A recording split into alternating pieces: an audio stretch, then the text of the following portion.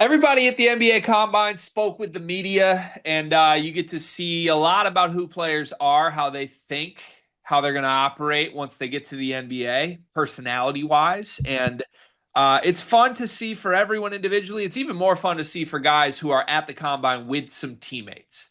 That's just a fun dynamic. We're seeing it with the Duke guys. There's sort of this genuine like relationship level of like, oh, this is fun to be able to go through this process together. Dylan Harper and Ace Bailey are obviously going through this process together. Two guys went to Rutgers, the number 2 and number 3 ranked players in their class. It was a very disappointing year at Rutgers, and I think along the way, those two's personalities sort of disappeared with Rutgers losses. Like these are two very fun kids that came in with a lot of gusto to Piscataway, and a month in, we were all kind of just bored of it, and I feel like we stopped hearing from Dylan and Ace. So I enjoyed hearing from both these guys and kind of seeing that fun side of them again. Dylan Harper specifically turned some heads when he was asked about Ace Bailey, and he decided to really gas up his teammate. This is what Dylan Harper had to say about Ace. He said, quote, from a scoring standpoint, he's 6'10". He sees over everyone. I probably haven't seen a scorer better than him. A young T-Mac. And he stopped there. Dylan Harper, for what it's worth, was asked who he compares himself to.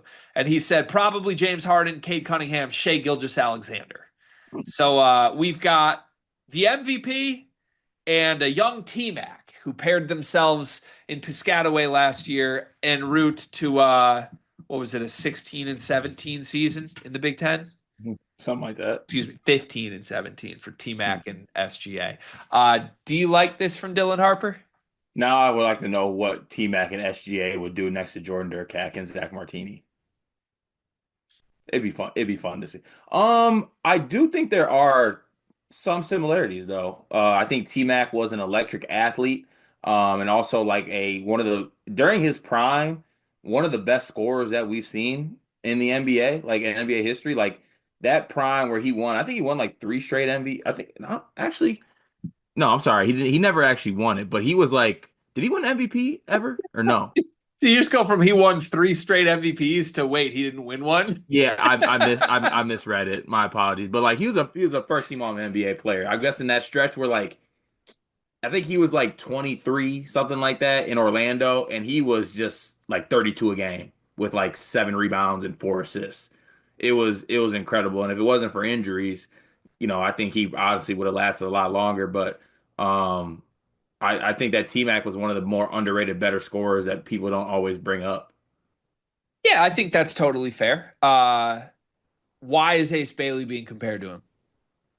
I think the athleticism, the size, comparison, and also the biggest, I think, comparison of the both, shot selection. Can I go through Tracy McGrady's career attempts through like the prime of his career? Yes. Okay, and this is let's see here. Let's start with that first All NBA season when he was most improved.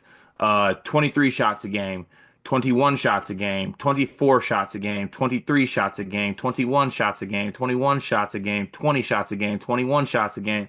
He was a bona fide scorer. He was also a gun. Um, Ace Bailey has a little bit of that in him. Also, T-Mac was a crazy athlete. Ace Bailey also a crazy athlete with a really good wingspan. So I can see the comparisons there.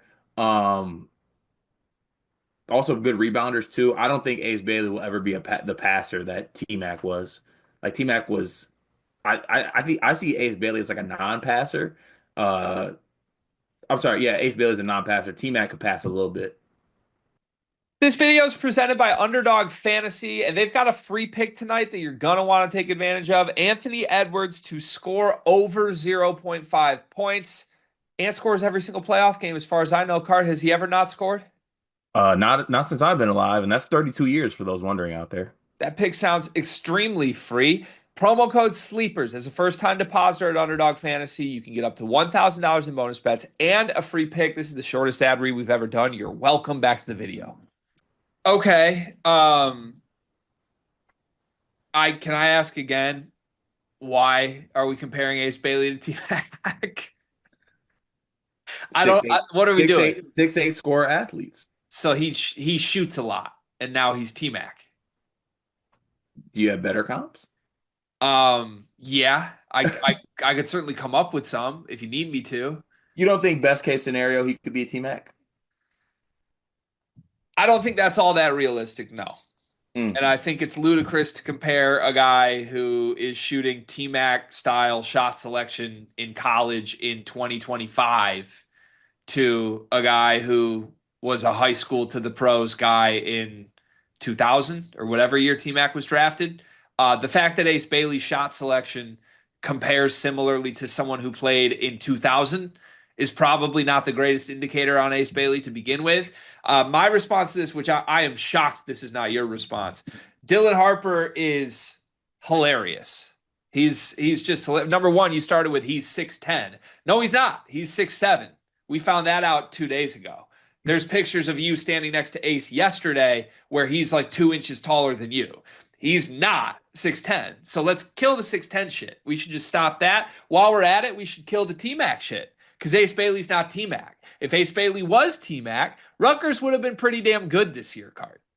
But in fact, a huge part of Rutgers' issue was that Ace Bailey was not all that good at contributing to winning basketball games, just point blank.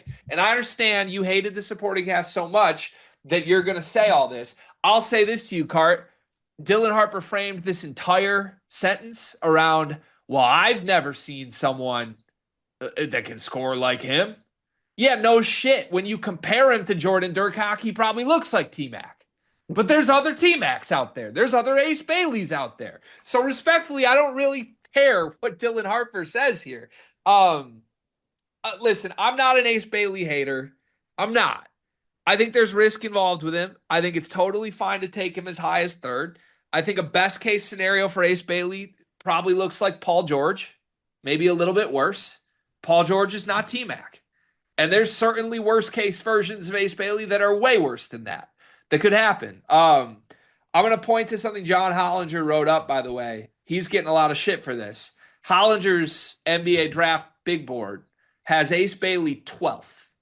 And in the write-up, he eviscerates him. And I'm just going to read an excerpt of this and see what you think. But he said, about the best that can be said for Bailey's freshman year at Rutgers is that he managed halfway decent efficiency despite arguably the worst shot selection in college basketball. I mean, what is this? I'm not cherry picking either. There are at least 20 clips like this that you can choose from. Bailey is in my top 20 because the good plays were mouthwatering. He has an advanced handle for his size, some rim protection, and can look smooth pulling up for his jumper. But the fact that Bailey can sometimes make difficult shots doesn't mean he should routinely attempt them as plan A. Mm. It's Mm. totally spot on. And even if I wouldn't rank him as low as 12th, comparing that guy to Tracy McGrady is just insane. Hey, you definitely could have been. Also, don't we like people gassing up their boys? I guess so. Like, I would come like if I'm at the podcaster combine, I'd be like, I mean, my dog's like prime Bill Simmons mixed with a little bit of, you know what I'm saying, Joe Rogan. It's got a little bit of everything. And like, if they ask you about me, I don't really know where you would go, but I hope you bring out the heavy hitters. Yeah, he's like Gilbert Arenas mixed with Paul Pierce, mixed with I don't know. Everyone's just a former player and they all do the same thing, I feel like. Racismo. Is that? So How come you calling me Joe Rogan and Bill Simmons isn't? ain't Joe Rogan half black? I thought we were doing the NBA draft thing where we only compare whites to whites. And Oh, I mean, I thought there was a world where I got a Ryan Russillo comp. honestly, your your gym approach is similar, so I don't hate that. If I knew what that indicated, I No, would have followed. he's a big gym guy. He always lets you know when he's at the gym, Oh, okay. which is a lot. He goes like 7 days a week. He's a big gym guy, I can see that. Okay, that makes sense. but he Honestly, lets you know about you get me Bron vibes on Mind of Game. it. You give me JJ Redick vibes. Piss off. Honestly, you are a lot like Tommy Alter. That's I think that you are a one-legged Will Compton. You're shaped like Taylor Lewan, the old version. Hey.